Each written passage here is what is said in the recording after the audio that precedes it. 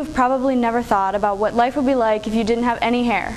When I was 2 years old, I was diagnosed with alopecia. This disease caused all of my hair to fall out, and I haven't had any hair since. Many people don't know what alopecia is, and they assume, well, if somebody's bald, they either have cancer or they shave their head for some unknown reason. My job today is to inform you on what alopecia is, who it affects, and the types of treatments that are available. We will begin with what alopecia is. It's an unpredictable autoimmune disease that causes hair loss on the scalp and other parts of the body. The immune system mistakenly attacks the hair follicles, causing the arrest of the hair growth system. There are 3 stages in the hair growth process. First is the Antigen Stage. Now this stage is when the hair grows within the follicle. The second stage is the Antigen phase, and this is when the hair stops growing within the follicle. And then the next stage, the last, is the telogen phase, and it's called the resting stage, but this is when the hair pushes through the follicle and it's the hair that you have on your head. There are 3 types of alopecia. The first is alopecia areata. Now this is seen as patches, mostly on the scalp, but it can also occur on, such as a man's beard or on the legs or arms, just in patches. The second is totalis, and this is seen as scalp hair loss, and it usually does not affect the rest of the body. And then the third is Alopecia Universalis, which is the rarest form, and go figure, the type that I have to have, and it causes total body hair loss. As you can see, I wear fake eyelashes and eyebrows and makeup and stuff to hide the fact that I don't have eyelashes, eyebrows, and even nose hairs, but I don't wear makeup for the nose hairs. But my friend Aaliyah here doesn't have any of that. She just goes with whatever, and she's beautiful without all of it. But that's how Alopecia Universalis is seen. In all forms of alopecia, the hair follicle stays alive, and it's ready to resume growth if it just receives the right signal. Now, the signal would trigger it to go into that telogen phase for the hair to grow. So, researchers are looking for that signal in the meantime. There are no symptoms to alopecia, so after giving this speech, if you're all scared you're going to lose your hair, I'm sorry, you can't go to the doctors and have them tell you if you're gonna or not, because it's unpredictable.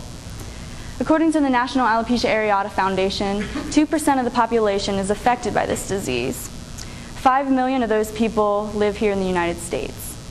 So who among the 2% of the population does alopecia affect? Well, it affects children, adults, men, and women of all ages.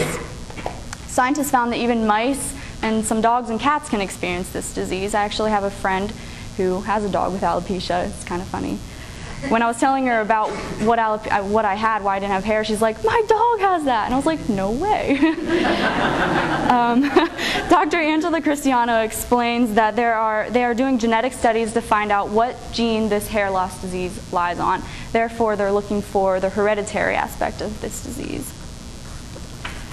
A statistic from the National Institute of Arthritis and Musculoskeletal and Skin Disease, also known as NIAMS, states that 1 in 5 people with alopecia also have another family member with this disease. It also occurs in people who have other autoimmune diseases in their family, such as diabetes and rheumatoid arthritis and so on. In my family, I have a great aunt with alopecia. Her grandson, who's my 3rd cousin, has alopecia universalis like I do. I have a first cousin with alopecia areata. And I also have diabetes, rheumatoid arthritis, and thyroid problems all in my family, so I'm not surprised I have alopecia with all that running in my blood. Children are the most often affected. However, it is commonly seen and diagnosed in adults as well. I feel like it'd be a little bit easier for men to deal with this disease today, considering it's more socially acceptable for them to be bald, compared to women, considering we always get questioned. I always get questioned.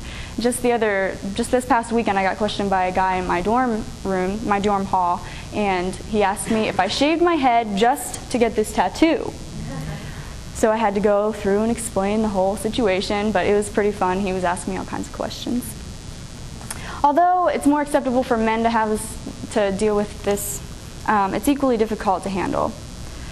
Can you imagine losing your hair right now at your age? I know that I can't. I grew up with alopecia. Like I said, I had it since I was 2, but I'm 20 now, and I can't imagine like having hair my whole life and all of a sudden it just being gone.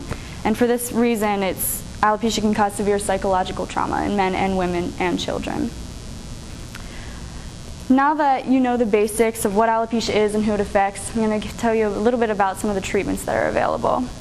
In alopecia areata, which to remind you is the patchy hair loss, they can inject cortisone shots into the patches on the scalp, and there's also anthraline creams and some steroids that you can take to try to regrow the hair. And most of the time for alopecia areata, it will regrow, but that's not to say you're not going to continue losing patches throughout your life, and you'll have to continue with treatments.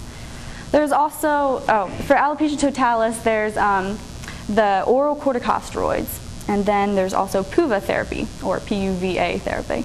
And with this therapy, you take a drug and then you're exposed to ultraviolet A radiation, and that radiation will increase your risk of cancer. So on the one hand, you can be completely healthy and be bald and still be beautiful, for bald is beautiful, or you can, try these treatments, try to regrow your hair and try to look like everybody else and risk having cancer. I would personally just rather be healthy. In Alopecia Universalis, which is the type that I have, total body hair loss, you can try some of the treatments that the totalis patients and areata patients have tried, but with such extensive hair loss, good luck growing your hair back. And if you do, it's probably just going to fall right back out quicker than the other kinds. So the best bet is just to get a hair prosthesis, which I have. This is from Locks of Love. And this at least alleviates the psychological pain. Today I've given you a brief overview of what alopecia is, who it affects, and some of the treatments that are available. Alopecia makes your hair fall out. That's about it. So if one of you happens to get this disease, or you know somebody who gets it, at least you now know what it is and that it's not life-threatening, just life-altering. Thank you.